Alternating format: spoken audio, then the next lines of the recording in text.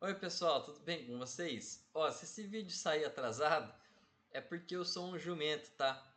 Se demorar para sair essa aula é porque justamente eu sou um jumento. Que aconteceu? Eu comecei a gravar o vídeo e não chequei se estava gravando o áudio. E estava gravando o vídeo perfeito, bonitinho e sem áudio. Então ficou um tempão aqui eu falando à toa. Joguei aquele vídeo todo fora. Vocês não conhecem nenhum professor de informática para me ajudar, não? Hã? Beleza, pessoal. Desculpa. Assim, desculpa não que vocês vão chegar com o mesmo conteúdo de qualquer maneira. Mas desculpem o atraso. Provavelmente vai atrasar para sair essa aula. Deveria sair antes, tá? Mas enfim, vamos dar continuidade aqui sem enrolação, tá? Eu vou estar compartilhando minha tela aí com vocês. Provavelmente vocês já estão vendo agora, né? A minha tela. E nós vamos falar hoje sobre sistemas operacionais. É a nossa primeira aula aí. Tivemos uma aula semana passada, mas era uma aula de introdução, né? Essa ainda é uma daquelas aulas introdutórias, tá? Bem no comecinho mesmo. Então nós vamos falar sobre sistemas operacionais. Mas antes de falar sobre sistemas operacionais, a gente vai falar sobre hardware e software. Qual que é a diferença entre hardware e software, né? Essas palavrinhas, vocês já ouviram falar sobre elas? Né? Qual que é a diferença entre elas? Muito provavelmente vocês já ouviram falar, às vezes até sabem o que é. Mas vamos lá, vamos ver o que significa cada uma dessas palavras.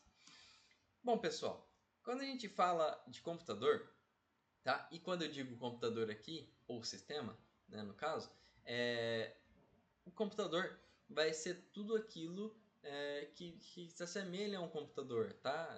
Não necessariamente só o computador desktop aqui que a gente usa ou notebook. Não, também vai ser o celular, o relógio, tudo que a gente que configura um computador, tá bom? Todos eles precisam ter essas duas partes, que é a parte de hardware e a parte de software. Sem isso eles não funcionam, ou no mínimo não funcionam da maneira que deveria, tá? Mas de maneira global a gente pode dizer que não funciona, tá? Se não tiver um software ali programado, tudo bem? Mas enfim, se a gente trabalhar aqui com hardware, a gente vai estar falando, toda vez que a gente falar de hardware, tá? Hardware, né? Nós vamos estar falando de componentes físicos, tá? Então eu vou até escrever aqui, ó, componentes físicos de um computador. Vou colocar aqui PC, que vocês entendem que é o computador, mas entendam que não é só o PC. Vou escrever computador, por que não, né? Beleza? E o software é justamente o contrário. São os componentes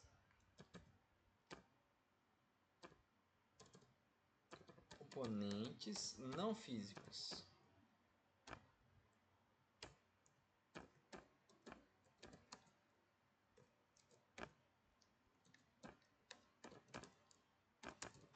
De um computador. Tá? Muito bem. Então, hardware eu posso dizer que são todos aqueles componentes físicos de um computador e software, os componentes não físicos, ou seja, os componentes virtuais, tá? Então, quando eu digo, por exemplo, mouse é um hardware, porque é um componente físico, eu posso tocá-lo, eu posso utilizá-lo. Se eu abrir aqui o meu computador, desmontar ele, tirar o processador é uma pecinha desse tamanho, é uma pecinha física, eu estou tocando nela, então é um hardware. Tá? Mesma coisa, memória, SSD, placa-mãe, placa de vídeo, cooler, water cooler, todas essas coiseiras, tá? Tudo é hardware. A tela, o teclado, tudo hardware, tá bom? Tudo coisa que eu posso tocar. E tudo alguns com algumas determinações diferentes e tal, mas tudo coisa que a gente pode tocar, tá bom? Já o software são os componentes não físicos, os componentes virtuais, tá? Dos computadores. Ou seja, tudo aquilo que você não pode tocar dentro de um computador. Então, por exemplo, eu estou usando aqui agora o aplicativo de bloco de notas para escrever isso para vocês e o aplicativo do OBS para gravar esse vídeo, né? São componentes não físicos. Se eu tentar tocá-los, né, não vai acontecer nada. Eu vou estar tocando. Você pode falar, ah, professor, mas eu consigo. Não, não dá para tocar o aplicativo em si. Você consegue tocar na tela, ao máximo que você vai conseguir, ou tocar no mouse que vai cumprir a função ali na tela, né, que está aparecendo na tela, tá? Mas você não consegue tocar o bloco de notas, o OBS, ou WhatsApp, ou Facebook ou Instagram, são todos aplicativos, são todos softwares, tá? E quando eu digo software, se eu disser também a palavra sistema, nesse caso aqui, vai ser a mesma coisa, tá bom? Então, sistema, né, nesse caso aí, seria a mesma coisa, ok? Então, um sistema operacional, tá? Nesse caso aqui, o sistema operacional também é um software, tá? E ele serve para controlar tanto os outros softwares do sistema, quanto a parte de hardware do sistema, ok? Bom, para um computador funcionar legalzinho, a gente precisa de três coisinhas, tá? Que é, uma delas, o sistema operacional. Então, eu vou até colocar aqui, ó. Ok? Um sistema computacional.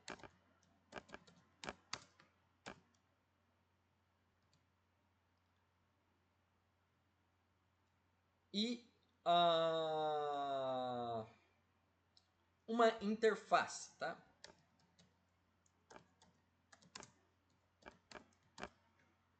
Ok? Uma interface visual, certo? Bom, essas aqui são coisas que precisa ter para você conseguir utilizar um computador da maneira que você usa, como um usuário comum, como um usuário padrão, que nós somos, tá? E aí eu me incluo também, beleza? Então, o sistema operacional, ele vai ser responsável por gerir tudo isso aqui, tá? Mas vamos ver o que é isso aqui então, primeiro. O sistema computacional, ele é composto por três coisinhas, tá? Processador, memória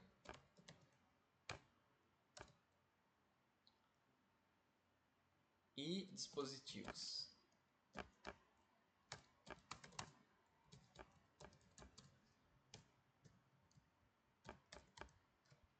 Tá? Então, processador, deixa eu até colocar aqui assim, memória e dispositivos de entrada e saída, tá? Deixa eu dar um zoom out aí. Beleza, tá?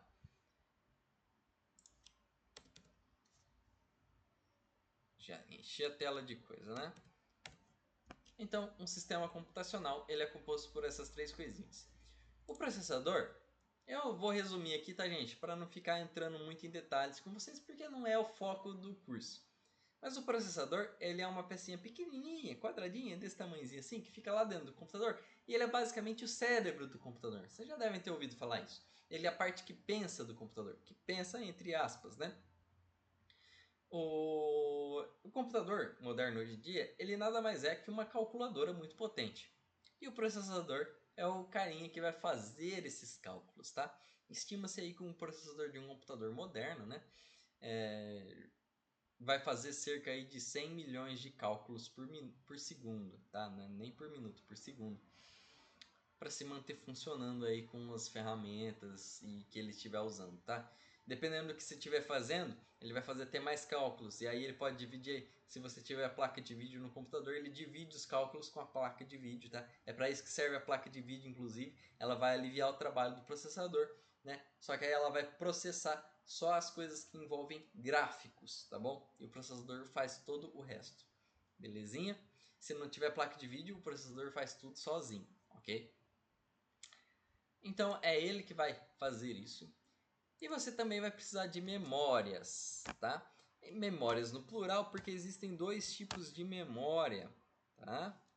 Existe a memória RAM e a memória ROM. Opa! E a memória ROM, tá? A memória RAM, geralmente ela é menorzinha. Uma memória RAM potente aí vai ser 32 GB, tá? Já é uma baita de uma memória. Não digo que não tem maior, mas você vê um computador com 32 GB de RAM, é muita coisa, tá? Hoje em dia já não sei se é mais tanta coisa assim, mas é sim, com certeza é bastante coisa. Pô, ô louco, não tem como não ser. 32 GB de RAM é muita coisa, tá bom? Ah, é sim, bastante coisa.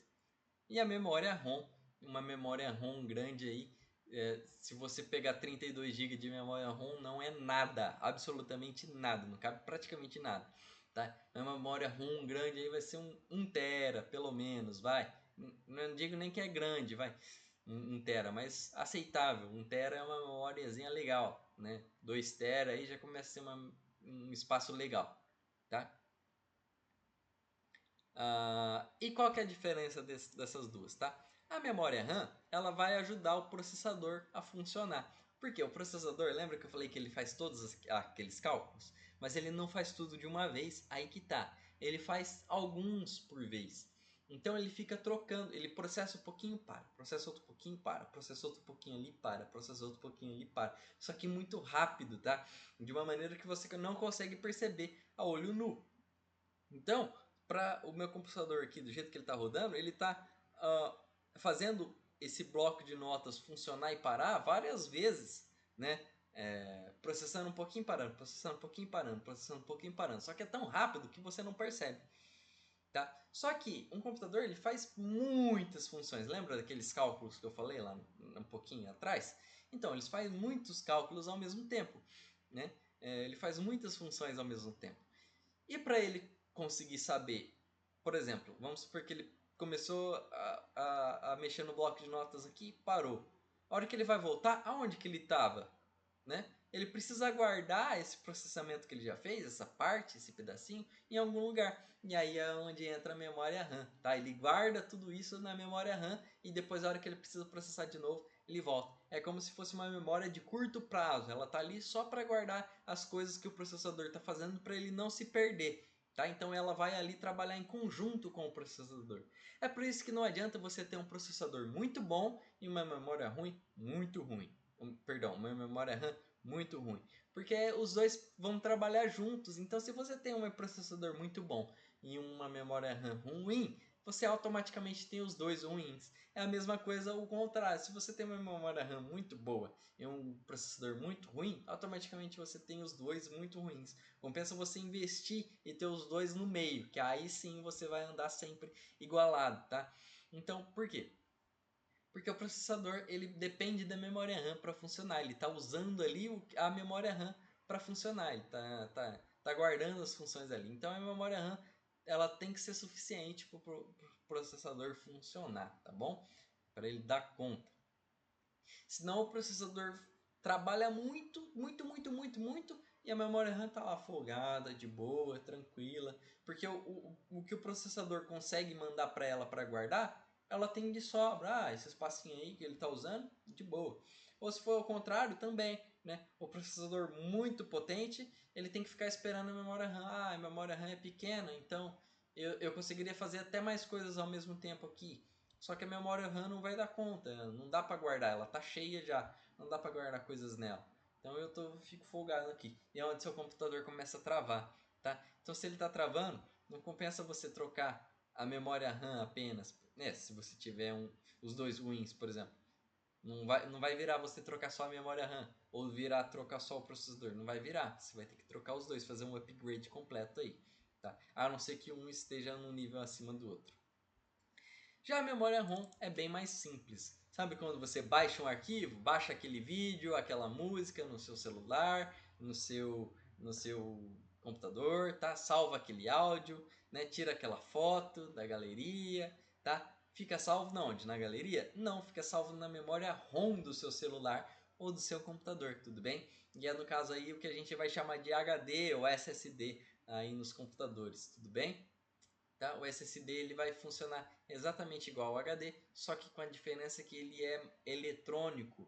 Então ele é muito mais rápido. Se bem que existem HDs que não são que são mais digitais também, mas o SSD ele é inteiro digital e ele é inteiro eletrônico e ele é muito mais rápido, ele transfere as informações muito mais rápido, tá? Então, ele serve justamente para guardar os arquivos, ok? E não em curto prazo, assim como uma memória RAM. Tá? O que fica na memória RAM, quando você para de usar, é apagado completamente, né? Já o que fica na memória ROM é permanente, até você ir lá e deletar, tá bom? Já os dispositivos de entrada e saída, né? Esses servirão para mandar informações para dentro do computador e para tirar as informações de dentro do computador, tá? Então, dispositivos de entrada, todos aqueles que entram com informações do computador, já os dispositivos de saída são todos aqueles que mandam informação de dentro do computador para fora. Então, vamos dar alguns exemplos. O mouse é um exemplo de um dispositivo de entrada, tá? Por quê? Porque o que você faz aqui, ele capta os movimentos, tá? Ele capta com o sensorzinho dele aqui os movimentos e manda direto para dentro do computador, tá? Então, quando você mexe aqui, mexe alguma coisa lá dentro, que é o sinal que você está mandando para dentro do computador. Quando você clica, ele responde lá, que é o sinal que você está mandando para dentro do computador, ok? A tela, o monitor do seu computador, é um dispositivo de entrada ou saída? Nesse caso, é um dispositivo de saída. Ela pega a informação que está vindo lá do seu processador, lá do seu sistema operacional e manda para fora, para que você possa ver. Transmite isso em tela, ok? A tela do celular é um dispositivo de entrada ou saída de um smartphone moderno? Hã? Bom, você deve ter pensado, né? Você pode ter pensado, se a tela do computador é um dispositivo de saída, né? A tela do celular também vai ser um dispositivo de saída, né? Errado. A tela do celular é um dispositivo de entrada e saída, tá? Por quê? Porque ela vai funcionar que nem um mouse. Você toca ali e o celular recebe informações. Então ele também manda informações para dentro e óbvio, ela também serve para mandar informações do sistema ali do celular para fora. Então ela também é um dispositivo de saída, entrada e saída. Tudo bem, pessoal? Um teclado é um dispositivo de entrada ou saída? De entrada, porque tudo que você digita ali ele está mandando para dentro do computador e o computador está fazendo os cálculos, ok? Uma caixa de som é um dispositivo de entrada ou de saída? É um dispositivo de saída, ele pega o som que o fone de ouvido também, tá? Ele pega o som que está dentro do computador e tira para fora, passa para os alto-falantes. Tudo bem? Então, agora já sabemos o que é um sistema computacional e repare que quando eu falo sistema computacional, eu estou me referindo à parte de hardware do computador. Repara, o processador é um hardware, a memória RAM é um hardware e os dispositivos de entrada e saída todos são hardware também, ok?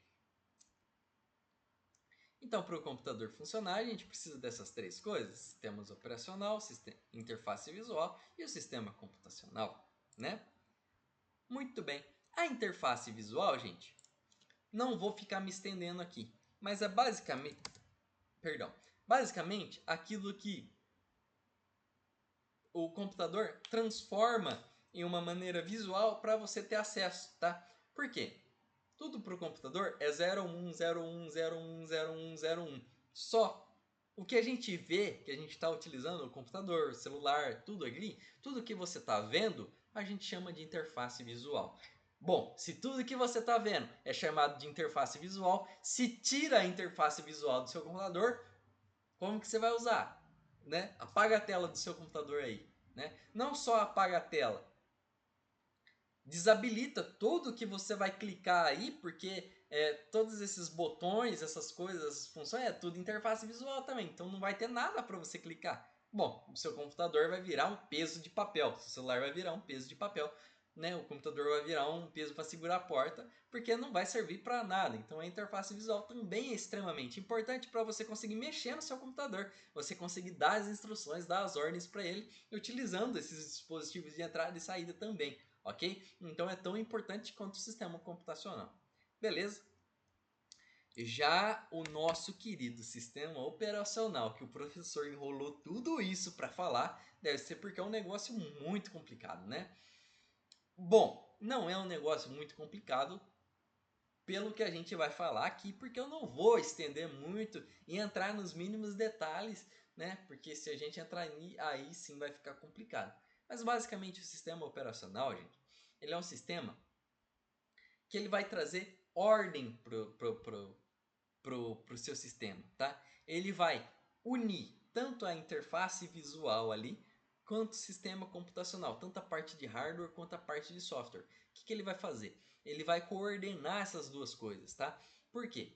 Imagina bem, ele tem ali o seu processador, a sua memória RAM, tal. O que faz todos esses componentes conversarem é o sistema computacional, o sistema operacional, tá? Ele faz isso, ele inclusive vê se a temperatura está muito quente, ele manda o seu computador desligar, isso pode acontecer, tá? E é o sistema operacional que vê isso. Ele vai mandar o processador, ele fala, ó, processador, você precisa fazer... Lembra que eu falei que o processador ele faz muitos cálculos rapidão e troca cada função? Quem determina o que ele vai fazer em qual momento é o sistema operacional. Tá? Então, se não tivesse sistema operacional, sequer o computador funcionaria dessas maneiras. Ele pode estar funcionando tudo certinho, bonitinho, belezinha, mas sem o sistema operacional, não sei se vocês já viram um computador com Windows desinstalado. Desinstala o Windows dele sem instalar nenhum outro sistema operacional, por exemplo, o Linux. Tá? Você não vai conseguir mexer no seu sistema operacional porque ele não vai ter nem interface gráfica, que é o que eu já falei. Então talvez ele seja... Não vou falar que ele é o mais importante daqui, porque essa trindade aqui, sem ela, acabou. Você não tem computador do jeito que era para ter, para ele funcionar desse jeito, tá? Então vou citar aqui alguns exemplos, né, de sistemas operacionais. Então a gente tem para computador Linux e Windows e macOS, por exemplo. Opa, tudo bem? Então, Linux é da Ubuntu, Windows é da Microsoft, que é o utilizado na maioria dos computadores, e os macOS é usado só nos computadores do sistema aí, Apple, tá bom? Mas temos só isso? Não, temos outros sistemas operacionais. Esses daqui são para computadores, mas também a gente tem um tal do Android. Já ouviu falar do Android? Né? Tem um tal de iOS, já ouviram falar do iOS? Né? Um tal de Windows. Esse aqui é só para os raiz vão saber. Windows Phone, tá? Só tem dois tipos de pessoas de Windows só tem dois tipos de pessoas em relação ao Windows Phone, tá? As que nunca ouviram falar dele e as que amam. Eu só conheci esses dois tipos, não conheci ninguém que odeia. Pessoalmente não, já vi muita gente falando mal na internet, que não prestava, que era uma bomba, que era uma porcaria. Mas pessoalmente eu só conheci pessoas que ou nunca ouviram falar ou que gostavam quando tiveram um celular desse que tinha esse sistema operacional e gostavam, tá? Eu nunca tive, mas eu lembro que tinha e que o pessoal reclamava muito. O que eu via na internet e tal, o pessoal metia o pau. Tanto que faliu, né? Não é que faliu, né? A Microsoft descontinuou o serviço dela de sistema operacional para celular, tá? Esses três sistemas operacionais aqui são para celular, tá? Vocês já devem saber isso, né? Então, Android para celulares de maneira geral, né? O iOS, que é para celulares da Apple, e o Windows Phone, que era antigamente, tinha uma parceria com algumas marcas aí, mas era para celulares da Microsoft, tá bom? Ou a Microsoft em parceria com alguns, por exemplo, Motorola. Eu não lembro quais que tinham parceria aí, na verdade. Ou se era só um celular da Microsoft mesmo, não vou saber. Aí fica para pesquisar, para curiosidade de vocês, tá? Então, o sistema operacional basicamente é isso, tá? Ele é a conversa, a interface, a ponte entre o sistema computacional e o usuário, tá? Por quê? Porque você não consegue mexer no sistema computacional, você não consegue dar ordens para ele se não tiver o sistema operacional fazendo isso para você. E você dá as ordens para o sistema operacional e ele faz essa ponte, tá? Esse comunicado aí. Tudo bem, pessoal? Então é por isso que o sistema operacional é tão importante assim. Bom, eu prometi para mim mesmo que esse ano eu não deixaria as aulas tão longas assim, né? E hoje eu já estou tendo uma aula bem comprida aqui com vocês. Acredito aí que já está tendo uns 40 minutos de aula ou meia hora. Não, meia horinha, tá fazendo 25 minutos agora, tá? Então essa aula de hoje, para ela não ficar tão extensa, tão chata, tal, semana que vem a gente vem com a continuação dela, tá? Semana que vem não. Semana que vem a gente vai ter uma atividade sobre essa aula, tá? Então fiquem ligados. E aí conta a presença para hoje e para semana que vem, tá? Então façam atividade e assistam a aula. Então eu estou finalizando aqui com essa aula de 25 minutos para não ficar muita correria para vocês. Também já está acabando o tempo da nossa aula, está dando agora 2h10, que é o final da nossa aula, tá, gente? Peço desculpas, era para a aula ter ficado um pouquinho mais extensa, mas como eu estava gravando a aula e o áudio não gravou, deu esse probleminha aí. Peço desculpas para vocês, tá? Mas eu acredito que vocês vão gostar da aula mais curta assim. Eu dei uma apertada também, trabalhei mais os conteúdos de uma maneira um pouco mais rápida para não ficar tão cansativo, tá? Então eu espero que vocês tenham gostado. Para qualquer dúvida, o chat do Teams está sempre aberto, como eu expliquei na aula passada, tá? Então vocês podem simplesmente me mandar um chat lá e falar comigo a qualquer momento, que eu vou estar aberto para vocês. Muito provavelmente eu vou responder na próxima aula, tá? Mas é melhor do que... ou quando eu estiver online aqui também no Teams. Tudo bem, pessoal? Bom, então é isso, tá? Muito obrigado por vocês que assistiram a aula. Fiquem com Deus. Um beijo aí, um forte abraço e até o próximo vídeo. Até a próxima aula. Muito obrigado, pessoal. Tchau, tchau.